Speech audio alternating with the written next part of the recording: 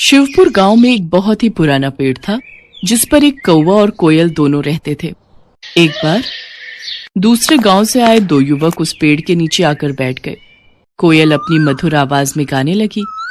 वाह, कितनी मधुर आवाज है इस कोयल की। इसके गाने ने तो मानो हमारी सारी थकान पल भर में ही गायब कर दी। कितना आनंद आ रहा है इसका गीत सुनकर। ऐसा लग रहा है ये सारा दिन ऐसे ही गाती रहे और हम इसके मधुर गीतों में खोए रहें। कुछ देर गाने के बाद कोयल चुप हो जाती है।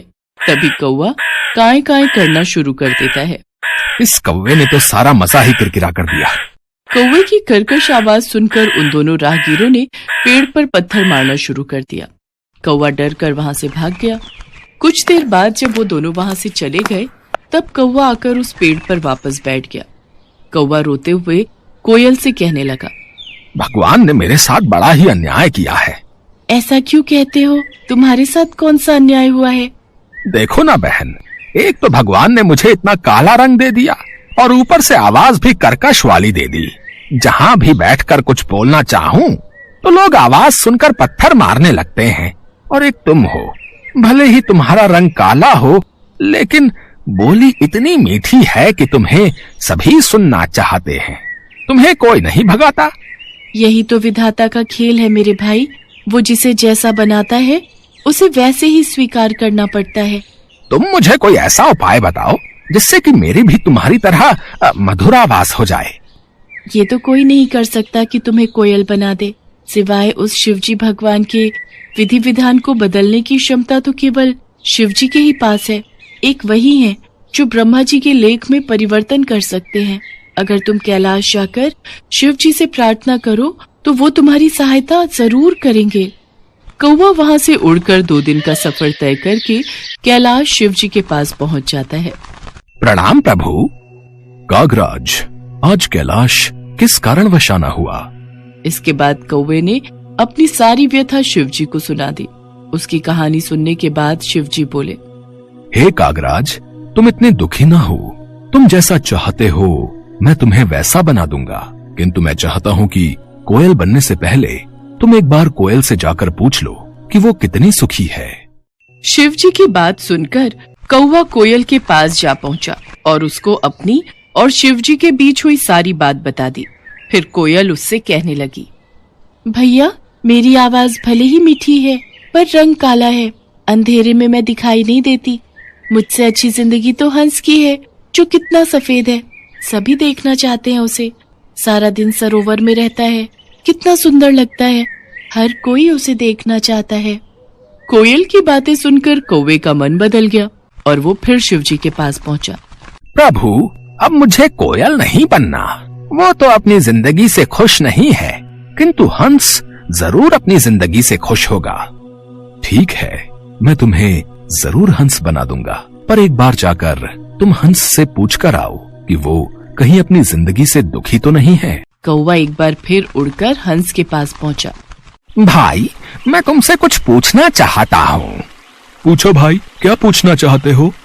तुम तो अपनी जिंदगी में बहुत खुश होगी ना? नहीं भाई, मुझे हमेशा डर लगा रहता है कि कहीं कोई मेरा शिकार न कर ले। लेकिन तुम्हारा शिकार कौन करेगा? आजकल हर कोई पानी में रहने वाले पशु पक्षियों को मारकर खा लेते हैं। मुझे तो हर समय यही डर लगा रहता है कि कहीं कोई मुझे मार न दे। यही मेरी जिंदगी है। सच कहूं तो जिंदगी तो तोते की अच्छी होती है, हरा हरा रंग और लाल लाल चोंच। हंस की बात सुनकर कौवा तोता बनने की ख्वाहिश पाल लेता है और वो शिवजी के पास जाकर कहता है, प्रभु, मुझे तोता बना दीजिए। कागराज, तुम एक बार तोते से जाकर पूछो कि कहीं उसको भी अपनी जिंदगी से कोई शिकायत तो नहीं है। उसके बाद कौवा तोते के पास चला जाता है और उससे पूछता है, दोस्त, तुम तो अपनी जिंदगी में बहुत खुश हो गए। तुम्हें कोई शिकायत नहीं होगी। तुम अपनी इस चोंच से स्वादिष्ट खाना खाते हो। हरा हरा सा खूबसूरत रंग है तुम्हारा। लाल लाल सुंदर सुंदर चोंच है तुम्हारी। देखने में कितने सुंदर हो। सब लोग तुम्हें मिट्ठू कहकर बुलाते हैं। दोस्त, मेरी सुंदरता ही तो मेरी जान का कारण है। मुझे हमेशा डर सताता रहता है कि कहीं कोई मुझे पकड़कर पिंजरे में ना बंद कर दे, मेरी आजादी ना छीन ले। असली सुंदरता तो मोर के पास है। सुंदर सुंदर पंख, और जब वो नृत्य करता है तो कितना सुंदर लगता है। तोते की बात सुनने के बाद कौवा शिवजी के पास गया और बोला, प्रभु, ना ही मुझे हंस बनना है और ना ही तोता। कृपा करके मुझे मोर बना दीजिए। मोर तो अपनी जिंदगी से बहुत खुश होगा। कागराज, तुम एक बार मोर से भी पूछ लो, उसे कहीं अपनी जिंदगी से कोई शिकायत तो नहीं है। कौवा मोर को ढूंढने गया, लेकिन वो उसे कहीं दिखाई नहीं दिया। फिर वो उसे चिड़ियाघर में मिलता है। भाई, तुम दिखने में कितने सुंदर हो। जब तुम नाचते हो तो तुम्हारी खूबसूरती में चार चांद लग जाते हैं। लोग तो तुम्हारे साथ फोटो खींचने में कितने खुश रहते हैं। और एक मैं काला कलूटा, अगर मैं किसी की छत पर भी बैठ जाऊं तो वो मुझे वहां से भगा देते हैं। अरे काहे की सुंदरता, इसी सुंदरता के कारण तो आज मैं पिंजरे में कैद हूँ। अगर बाहर रहता हूँ तो हर समय डर रहता है कि कब न जाने कौन आकर मेरे पंख नोच ले, कहीं कोई मेरा शिकार न कर ले। सबसे अच्छी जिंदगी तो तुम्हारी है। ना ही तुम्हें कोई पकड़ता है और ना ही तुम्हारा शिकार करता है। अपनी आजादी में रहते हो, लेकिन फिर भी न जाने क्यों तुम्हें खुद से शिकायत रहती है कि तुम्हारा रंग काला है और आवाज बेकार है। सच कहूँ तो यही तुम्हारा सुरक्षा कवच है। मैं तो ईश्वर से प्रार्थना करता हूँ कि अगले जन्म में मुझे कौवा ही बनाए। मोर की बातों को सुनकर अब कौवे को समझ में आ चुका था कि ईश्वर वही करता है जो तुम्हारे लिए अच्छा होता है, ना कि वो जो तुम्हें पसंद हो। ये सोचकर कौवा फिर शिवजी के पास पहुंचा और कहने लगा, प्रभु, मुझे ना तो तोता बनना है, न कोयल, न हंस और न मोर। मैं जैसा हूँ मैं वैसा ही ठीक हूँ प्रभु। शिवजी उसकी बातें सुनकर हंसते हैं और कहते हैं, कागराज, यही तो मैं तुम्हें समझाना चाहता था। हमें किसी से खुद की तुलना नहीं करनी चाहिए, क्योंकि वो हमेशा दुख का कारण ही बनती है और हर कोई अपने आप में श्रेष्ठ है। अब कौवे को सारी बात समझ आ चुकी थी।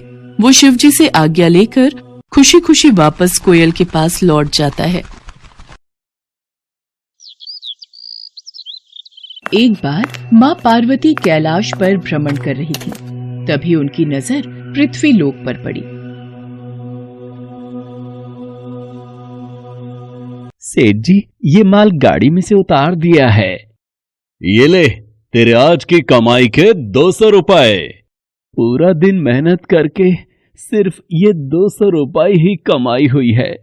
अब इसमें से 50 रुपए दूध के, 50 रुपए सब्जी के, बाकी बचे 100 रुपए जो पूरे 3 दिन चलाने हैं। ये हो गए पूरे 50,000 रुपए। इन्हें तिजोरी में रख देता हूँ। नहीं भैया, ये बहुत महंगी साड़ी है, कोई सस्ती सी दिखा दो।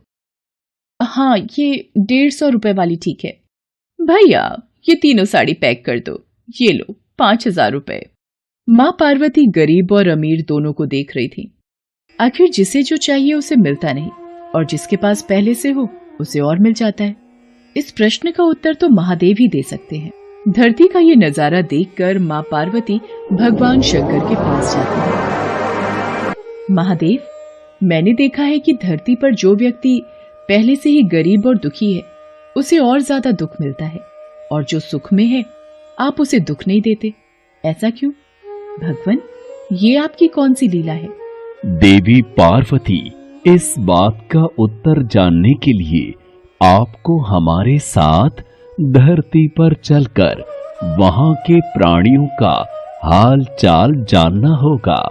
वहीं इस प्रश्न का उत्तर आपको प्राप्त होगा। भगवान शिव के कहे अनुसार कुछ समय बाद माँ पार्वती उनके साथ मृत्युलोक में प्राणियों का हालचाल जानने के लिए चल पड़ी। तभी रास्ते में उन्हें एक गरीब पति पत्नी जाते दिखाई दिए। और मिला, कुछ समझ नहीं आ रहा, हमारी गरीबी के दिन कब दूर होंगे। वो चंदन ने फिर एक नई जमीन खरीद ली। सबका भाग्य एक सा नहीं होता है जी। उसके भाग्य में अमीर बनना लिखा है, हमारे में नहीं। भगवान की इच्छा होगी तो हम भी अमीर बन जाएंगे। पता नहीं कौन से पिछले जन्मों के कर्मों की सजा भुगतनी पड़ रही है। न जाने कौन से बुरे पाप किए थे। हे महादेव, आप इन दोनों पति पत्नी को कुछ ही पलों में अमीर बना सकते हैं। मेरे कहने पर आप इन्हें अमीर बना दीजिए। ये बेचारे कितने दुखी हैं। देवी पार्वती, इन दोनों के भाग्य में अभी अमीर बनना नहीं लिखा है। महादेव, जब हम इन्हें धन दे देंगे तो इनकी गरीबी दूर हो जाएगी, फिर ये भी अमीर और सुखी हो जाएंगे। कृपया करके आप इनकी मदद कीजिए प्रभु। देवी पार्वती, मैं तुम्हारी इच्छा अनुसार इन्हें धन प्रदान कर देता हूँ, पर उसका मिलना या ना मिलना कर्मों पर निर्भर करता है। पार्वती जी के कहने पर भगवान शिव ने सोने की अशर्फियों से भरी एक पोटली उस रास्ते में डाल दी। पोटली से कुछ दूरी पर उर्मिला की नजर गुजरते हुए एक अंधे व्यक्ति पर पड़ी। सुनो जी, हम तो गरीब हैं इसलिए दुखी हैं, पर ये सामने व्यक्ति तो नेत्रहीन है। एक बात समझ नहीं आई, ये नेत्रहीन लोग कैसे जीवन व्यतीत करते होंगे? हाँ, बड़ी मुश्किल होती होगी उर्मिला इन बेचारे नेत्रहीन लोगों को। चलो आज हम भी अंधों की तरह चलकर देखते हैं, देखें ये कैसे जीवन जीते हैं। उर्मिला और सूरज आंखें बंद कर एक दूसरे का हाथ थामे चलने लगे। सोने की अशर्फियों की पोटली रास्ते में ही पड़ी रह गई और वे दोनों करीब से गुजर गए। भगवान शिव बोले, देखा देवी पार्वती, इनके भाग्य में अभी गरीबी ही लिखी है। हम कुछ दिन धरती पर ही रहेंगे। यहाँ मनुष्य रूप में रहकर मैं तुम्हारे मन की सभी शंकाओं को दूर करना चाहता हूँ। भगवान शिव और देवी पार्वती ने मनुष्य का रूप धारण किया और पति पत्नी के रूप में एक गांव के पास डेरा जमाया। शाम के समय देवी पार्वती भगवान शिव से बोली, स्वामी, मैं रसोई की तैयारी शुरू करती हूँ। यहाँ पृथ्वीलोक में यदि हम रहने आ ही चुके हैं तो हमें भोजन की भी व्यवस्था करनी होगी।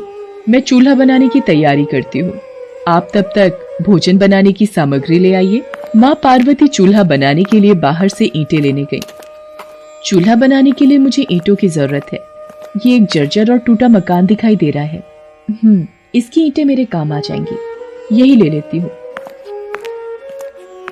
चूल्हा तो तैयार कर लिया, महादेव आते ही होंगे।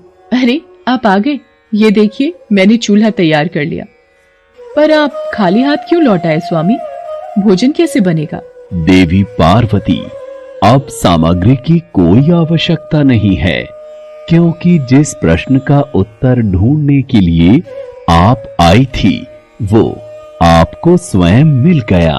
मैं कुछ समझी नहीं स्वामी, मेरे प्रश्न का उत्तर मेरे समक्ष ही है। हाँ देवी पार्वती, आप यही जानना चाहती है ना कि इस पृथ्वी पर क्यों गरीब लोग ज्यादा परेशान होते रहते हैं। अच्छा ये बताइए, आप इस चूल्हे को बनाने के लिए ईंटें कहाँ से लेकर आई हो? प्रभु, इस गांव में बहुत से ऐसे घर भी हैं जिनका रखरखाव सही ढंग से नहीं हो रहा है। उन पुराने घरों की जर्जर हो चुकी दीवारों में से मैं ईंटें निकाल कर ले आई। इसका मतलब जो घर पहले से खराब थे आपने उन्हें और खराब कर दिया, जबकि आप मजबूत घरों की दीवारों से भी तो ईंटें ला सकती थी। प्रभु, जो घर अच्छे और सुंदर दिख रहे थे उस घर के लोगों ने अपने घरों का रखरखाव बहुत अच्छी तरह किया है। ऐसे में उन सुंदर घरों को बिगाड़ना मुझे उचित नहीं लगा। देवी पार्वती, कुछ दिन पहले पूछे आपके प्रश्न का उत्तर भी यही है। जिन लोगों ने अपने जीवन को अच्छे कर्मों से सुंदर बना रखा है उन्हें दुख कैसे हो सकता है? इस संसार में हर मनुष्य अपने कर्मों का ही फल पाता है। सबके पास सब कुछ नहीं होता। मनुष्य के पिछले जन्मों का कर्म उसे इस जन्म में भुगतना ही पड़ता है, और यदि वो अपने इस जन्म और आने वाले अन्य जन्मों को सुखी बनाना चाहता है तो हमें सदैव ही पुण्य कार्य करते रहना चाहिए ताकि हमारे कर्म उसमें जुड़ते रहें। आपको ज्ञात है वो मार्ग में उस दिन एक नेत्रहीन व्यक्ति। हाँ स्वामी, मुझे ज्ञात है। वो देखिए देवी पार्वती, उसके पास धन दौलत ऐशो आराम की कोई कमी नहीं है, परंतु उसकी आंखों का इलाज नामुमकिन है। ये उसके पिछले जन्म के कर्मों से जुड़ा है। उसने पिछले जन्म में जानबूझकर किसी निर्दोष की आंखों की रोशनी छीन ली थी, इसलिए ये इस जन्म में नेत्रहीन हो गया। पर इसके कुछ पुण्य कार्यों की वजह से ये अमीर बना। और वो गरीब पति पत्नी स्वामी? देवी, वो दोनों पिछले जन्म में एक कंजूस अमीर सेठ सेठानी थे, जो कभी भी कोई दान पुण्य नहीं करते थे।